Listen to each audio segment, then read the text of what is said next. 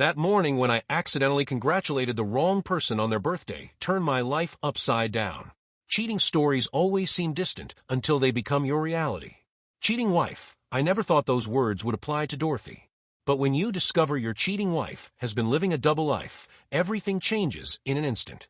My name is Howard, I'm 38 years old, and I work as a production manager at a factory in Milwaukee.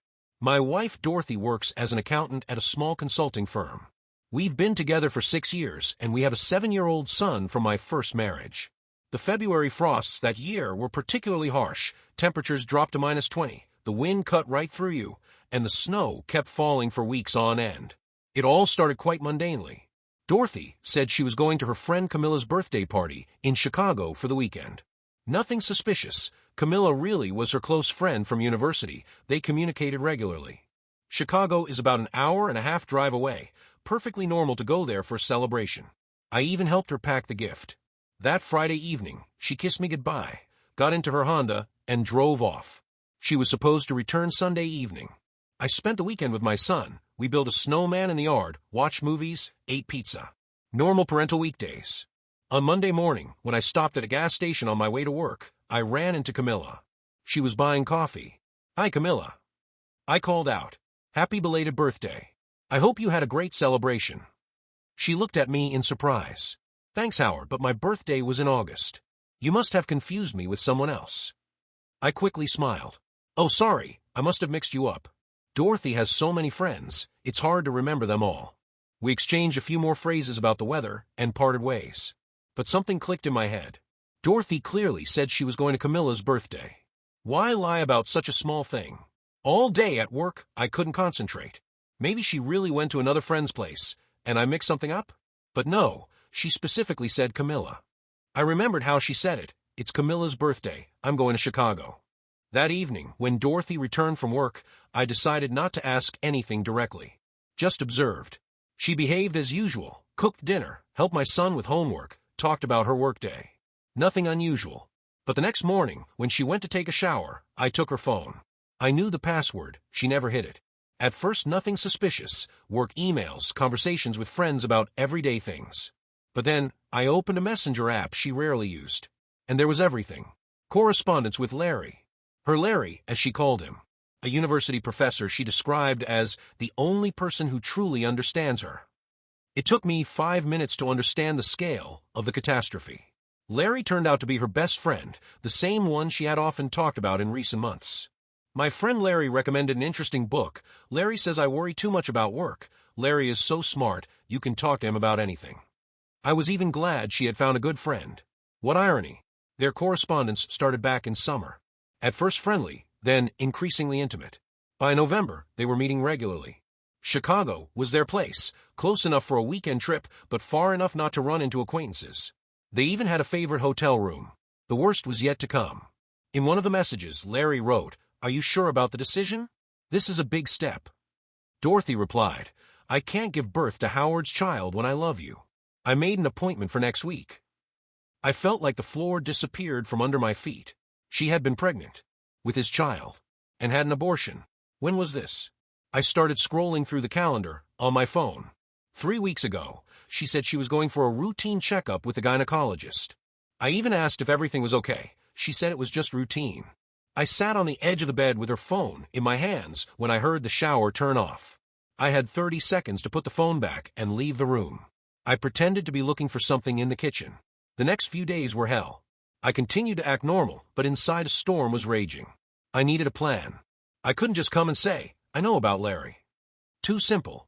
Too predictable. If you think you already know how this story will end, you're wrong. I started digging deeper. Downloaded a program to recover deleted files on her laptop when she was at work. It turned out she regularly deleted their correspondence, but didn't know that everything could be recovered. I found hundreds of messages over the past 8 months. Larry was 10 years older than her, divorced, taught philosophy at one of Chicago's universities. They met through a mutual friend, Rachel, who, by the way, told Dorothy what a wonderful and deep person Larry was. Thanks, Rachel, very helpful. But the most interesting thing I found in the correspondence from last month. Dorothy wrote to Larry that she was planning to file for divorce from me in the spring. She had already consulted with a lawyer, was studying how to divide property. Our house, joint savings. She viewed all of this as her starting capital for a new life with Larry. That's when I realized I needed to act faster. I quietly withdrew cash from our joint account, not everything, but a considerable amount. Gave it to my parents for safekeeping under the guise of an investment. Also transferred some assets. If she was planning a divorce, I had to be ready. But most importantly, I needed to meet Larry personally. Finding him turned out to be easy. The university website had his photo, class schedule, even an email address. I created a fake social media account and started following him. Larry, as it turned out, was very active on social networks, posted quotes from philosophers, photos from lectures, reflections on life. Once he published a post about how important it is to be honest in relationships. I almost laughed out loud. The winter seemed endless that year. Snow kept piling up. The streets of Milwaukee turned into ice corridors, and every morning I scraped frost off my car windows while Dorothy pretended everything was fine. She would kiss me on the cheek, wish me a good day at the factory, and I would smile back, knowing exactly where her thoughts were. Not with me, not with our home, but somewhere in Chicago with a philosophy professor who quoted Nietzsche and probably thought he was some kind of enlightened soul above conventional morality. I started paying attention to small details I had missed before. How she always took her phone to the bathroom. How she suddenly started using a different perfume, something more expensive, more sophisticated. How she would check her appearance in every mirror, adjusting her hair, making sure she looked perfect. Not for me, of course. For him. My colleague Roy noticed something was off during one of our lunch breaks at the factory. "You seem distracted lately," he said, biting into his sandwich. "Everything okay at home?" "Everything's fine," I lied smoothly. "Just thinking about upgrading some equipment. You know how it is." Roy nodded, but I could see he didn't quite believe me. We'd worked together for 5 years. He knew when I was hiding something. At home, I became a master of deception. I would ask Dorothy about her day, listen to her fabricated stories about meetings and deadlines, all while knowing she was probably texting Larry under the table. The rage I felt was sometimes so overwhelming I had to leave a room, pretend I needed to check on something in the garage, just to breathe. My son, thankfully, was oblivious to all of this. He was 7, focused on his own world of school, friends, and video games. Sometimes I would watch him playing and think about how this would affect him. Would he understand? Would he blame me for the divorce? Would he resent Dorothy for destroying our family? In March, when the snow finally started melting and Milwaukee began showing signs of spring, I decided it was time to act. Dorothy announced she was going to Camilla's again for the weekend. This time I didn't object, even offered money for the trip. She seemed surprised but took it. That Friday evening, when she drove off, I also got in my car. My destination was Chicago. I knew the hotel address from their correspondence. They always stayed at the same place. A small boutique hotel in the city center. I arrived late in the evening, parked across from a hotel, and waited. At 9 o'clock in the evening, I saw Dorothy and a man I recognized from photos, Larry, exit the hotel. They were holding hands, laughing. Dorothy was wearing a new dress I'd never seen, probably bought specifically for these trips. They walked to a nearby restaurant. I stayed in the car. I didn't need more evidence. I needed a plan. The restaurant they chose was one of those trendy places with dim lighting and overpriced wine. Through the window, I could see them at a corner table. Larry was gesticulating as he talked, probably sharing some profound philosophical insight. Dorothy was leaning forward, hanging on his every word, laughing at his jokes. She looked happy, genuinely happy, happier than I'd seen her in months, maybe years. That hurt more than anything else. Not the betrayal itself, but seeing how alive she was with him. How animated, how present. With me, she had become a ghost, going through the motions, playing a role. But with Larry, she was real. I watched them for about an hour before I couldn't take it anymore. Drove around Chicago aimlessly for a while, then found a cheap motel and spent the night there. Couldn't go home. Couldn't face that empty house knowing where my wife actually was. The next morning, I drove back to Milwaukee. Acted as if I had spent a normal weekend. When Dorothy returned on Sunday, I greeted her with a smile. "How was the party?" I asked. "Wonderful," she replied. "The girls and I haven't seen each other in so long." "That's good," I said. "It's really good that you have such friends." She didn't notice the sarcasm in my voice. The following 2 weeks, I prepared. Consulted with a lawyer, gathered all the evidence, transferred everything I could. And then I did something unexpected. I wrote to Larry. From my real account, introduced myself. Hi, Larry. I'm Howard, Dorothy's husband. I think we need to talk. He didn't respond immediately. 2 hours passed before I saw. Type. I know about your relationship, I wrote. I've known for 2 months. Been collecting evidence. But I don't want to make scenes and scandals. I want to propose a civilized solution. Long pause. Then what exactly? Dorothy is planning to file for divorce in the spring, I wrote. But she wants to take the lion's share of the property. I'm proposing something different. She gets her share, I get mine, everything fair. But on one condition, you disappear from her life, right now. Today. Forever. Second pause, even longer. Why should I do that?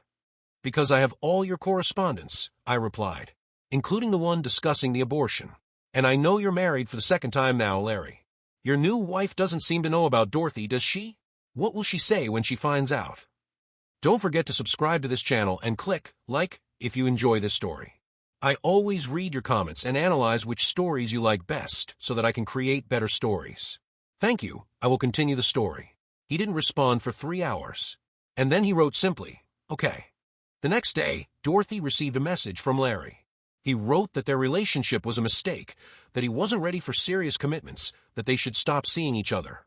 Short, cold, final. I found Dorothy in the bathroom that evening. She was crying, looking at her phone. When she saw me, she quickly wiped away her tears. What happened? I asked, knowing the answer perfectly well. Nothing, she replied. Just tired. The next few weeks were strange. Dorothy walked around like she was in a fog. Tried to write to Larry, but he didn't respond. Her mood became increasingly worse. And I continued to play the role of caring husband. Maybe you need to take a vacation. I suggested once. You look exhausted. She just shook her head. I watched her unravel slowly. She stopped eating properly, lost weight. Dark circles appeared under her eyes. She would sit at the kitchen table for hours, staring at her phone, waiting for a message that would never come. Sometimes I almost felt sorry for her. Almost. My parents asked me once during Sunday dinner if everything was okay with Dorothy. She seems unwell, my mother said, concern evident in her voice. Maybe she should see a doctor. She's just stressed from work, I lied. The busy season for accountants, you know. Tax time. My father gave me a knowing look, but said nothing. He'd been through a divorce himself before meeting my mother. He knew the signs. At the factory, I threw myself into work. 12-hour days, sometimes more. Roy and Jim, my closest colleagues, noticed the change. Man, you're going to burn out, Jim said one afternoon as we inspected the production line. When's the last time you took a day off? I'm fine, I said. Work keeps me focused. Focused on what? Roy asked. Running away from something. I didn't answer, just moved to check another section of the machinery. In April, when spring finally established itself and the gray slush of Milwaukee's winter gave way to green grass and blooming trees, I finally told her. We sat in the kitchen over coffee. My son was at school. Perfect timing. Dorothy, I began, we need to talk about divorce. She flinched as if struck. What? I know about Larry, I said calmly. I've known for 3 months. I know about the trips to Chicago, the hotel, everything. Her face first turned red, then pale. Howard, No need for explanations, I interrupted. I already know everything, including that you were pregnant and had an abortion. She started crying. Real bitter tears. I didn't want to, she began. You just didn't love me, I finished for her. I understood that from your letters. It was written clearly, you never really loved me. She didn't deny it. Larry. She began. Larry is no longer part of this story, I said. He made his choice. Now it's your turn. What do you mean? We'll divorce, I explained. Civilized, no scandals. You'll get your half, I'll get mine. Our son stays with me. He's mine from my first marriage, and you never particularly aspire to be a mother to him. She cried again but nodded. The tears kept coming. She tried to speak several times, but the words wouldn't form properly.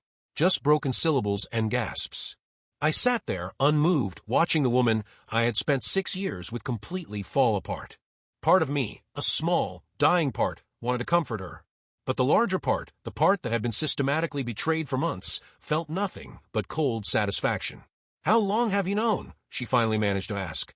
Does it matter? I replied. Yes, she said. It matters to me. Since February, I admitted. Since that morning, I ran into Camilla at the gas station. Her eyes widened.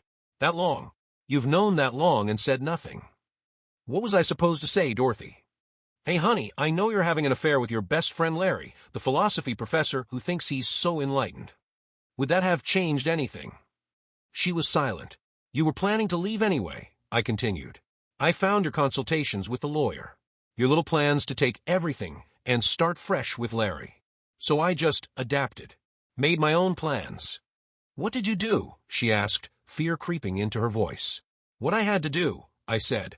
Protected myself. Protected my son. Made sure that when this house of cards fell, I wouldn't be buried under it. Did you talk to Larry? I smiled. Not a pleasant smile. We had a conversation, yes. Man to man. Very enlightening. What did you say to him? I gave him a choice, I explained. Disappear from your life completely, or I tell his new wife everything. Simple. Her face crumbled. His new wife. Oh, you didn't know? I asked, genuine surprise in my voice. Your Larry got married 6 months ago. Congratulations, you were the other woman. The sound she made was somewhere between a laugh and a sob. She put her head in her hands and just broke. Completely broke. I stood up, poured myself another cup of coffee, and waited for her to compose herself. I loved him, she finally whispered. Did you? I asked. Or did you love the idea of him? The excitement. The escape from your boring life with your boring husband in boring Milwaukee. It wasn't like that. Wasn't it? Then what was it, Dorothy? Explain it to me. Make me understand why you threw away 6 years, why you aborted a child, why you lied to my face every single day. She couldn't answer, because there was no good answer. The divorce process took 4 months. Lots of paperwork, meetings with lawyers, conversations about dividing property. But we both wanted to finish it as quickly as possible. Dorothy tried to contact Larry several more times. Wrote, called.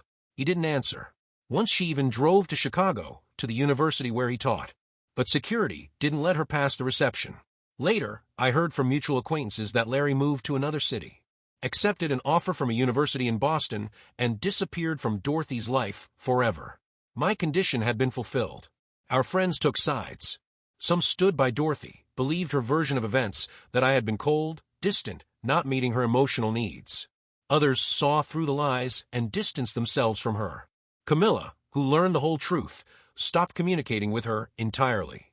Rachel, who introduced Dorothy to Larry, also turned away when she learned about the full scale of the deception. She used my introduction to destroy her marriage, Rachel told me once when we accidentally met at a coffee shop. I feel terrible about it. It's not your fault, I assured her. Dorothy made her own choices. Still, Rachel said, I introduced them. If you hadn't, she would have found someone else, I said. The problem wasn't Larry. The problem was Dorothy. In June, when the snow had completely melted and Milwaukee bloomed with bright colors, we signed the final papers. The house was sold, money divided equally. Dorothy found an apartment on the other side of town. The last time we spoke was during the handover of keys. You never asked why, she said. It doesn't matter to me, I replied. You made a choice. Now live with it.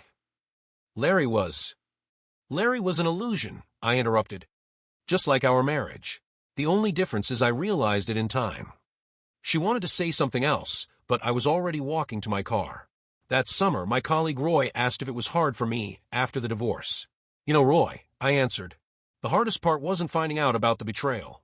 The hardest part was realizing I wasted 6 years on someone who was playing a role, not actually living with me. How did you find out? He asked. Accidentally congratulated the wrong person on their birthday, I smiled. Sometimes the biggest secrets are revealed through the smallest details. My son adjusted to the new reality. Now he has a room at my place and a room at his mom's. Not ideal, but he's coping. Children are resilient. More resilient than adults sometimes. The factory became my sanctuary. I took on more responsibilities, volunteered for projects, stayed late. Work was simple. Work was honest. Work didn't lie to you or pretend to be something it wasn't. Jim noticed the change in me. You're different, he said one day as we reviewed production schedules. Different how? Harder, he said. More focused. Like you're running from something. Or running toward something, I corrected. Is there a difference? Sometimes, I said. Almost a year has passed now. Dorothy, from what I hear, is still alone. She tried to find Larry through social networks, but he blocked her everywhere. Sometimes she writes to me, asks if I have his contacts. I don't respond. Life has settled into a new rhythm. Wake up, get my son ready for school, go to work, come home, help with homework, cook dinner. Simple. Predictable. Honest. Camilla reached out to me a few months after the divorce. I feel responsible, she said during our phone conversation. If I had just told you about my birthday being in August when you first mentioned it, you couldn't have known what it meant, I assured her. And honestly, I'm glad I found out when I did. Better than years from now. Are you really okay? She asked. I'm getting there, I said, day by day. My colleague Jim asked once if I regretted anything. The only thing I regret, I replied, is not congratulating Camilla on her birthday earlier. Could have saved myself a year of my life. We both laughed. But the truth is, I don't regret it. The betrayal taught me to value honesty. Taught me not to ignore red flags. Taught me to trust my intuition. Sometimes at work, when I stand by the window and look at the factory buildings, I think about that winter night when I first found their correspondence. About the pain I felt, the anger, the disappointment. And then I look at the photo of my son on my desk and understand everything turned out the way it was supposed to. Dorothy chose Larry, Larry chose peace, and I chose honesty. Last month, I accidentally came across Larry's profile on social media. He's married again for the third time. Poor woman has no idea who she's tied her life to. But that's not my story anymore. Dorothy wrote to me last night. A long message about how she made a mistake, how she regrets it, how she wants to fix everything. I read it, thought for a minute, and deleted it. Some bridges need to be burned to ashes, so there's no temptation to go back. And if you think my biggest revenge was separating her from Larry, you're wrong. The biggest revenge is when she realized she lost not only her lover, but also a husband who truly loved her once. And now she has to live with that awareness. Today, when I was picking up my son from school, he asked, "Dad, why did you and Mom divorce?" "Because sometimes people forget to value what they have," I answered. "And when they finally realize it, it's too late." "That's sad," he said. "Yes," I agreed. "But sometimes sad things lead to a better life." And that's true. My life is simpler now, more honest, more real. No lies, no secrets, no fake smiles over breakfast. Dorothy made her choice that winter night when she first went to Larry in Chicago. Larry made his choice when he agreed to my deal. And I made my choice when I decided not to fight for something that was already dead. Sometimes the smartest decision is to just let go and move on. The winter months had been brutal, but spring brought renewal. Not just to Milwaukee, but to my life. I started going to the gym, lost the weight I'd gained from stress eating. Picked up hobbies I'd abandoned during my marriage, woodworking in the garage, reading books that had been collecting dust on my shelf. My son noticed the change too. "You seem happier, Dad," he said one evening as we worked on a model airplane together. "I am," I admitted. "Sometimes things have to fall apart before they can be rebuilt better." He nodded, focused on gluing a tiny wing. At 7, he understood more than I gave him credit for. Dorothy's attempts to reach out became less frequent as months passed.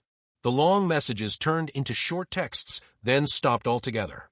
I heard through the grapevine that she'd started therapy, was trying to find herself, whatever that meant. My parents were supportive throughout everything. My father, who'd been through his own divorce years ago, gave me advice that stuck. "The opposite of love isn't hate," he said. "It's indifference. When you stop caring altogether, that's when you know you've moved on." I wasn't there yet, but I was getting closer. At the factory, a new project manager was hired. Her name was different from anyone Dorothy knew, someone with no connection to my past. We worked together on a major efficiency upgrade. She was smart, funny, dedicated. We kept things professional, but I noticed the way she smiled when I made jokes, how our conversations lasted longer than necessary. "Don't rush into anything," Roy advised when I mentioned her. "Give yourself time." "I know," I said. "I'm not looking for anything. But it's nice to feel seen again." The custody arrangement worked smoothly. My son adapted well, though he sometimes asked questions that broke my heart. "Did Mom stop loving us?" he asked once. "Your mom loves you very much," I assured him. "What happened between her and me has nothing to do with how she feels about you." It was partially true. Dorothy did love our son in her own way. She just loved herself more. Thank you for watching this video. YouTube may no longer suggest my channel to you, so subscribe to it to receive new, interesting stories. You will also help the channel grow and improve the quality of its content. The screen now displays a playlist with other interesting stories that you can listen to. You can also write in the comments what stories you would like to see on the channel.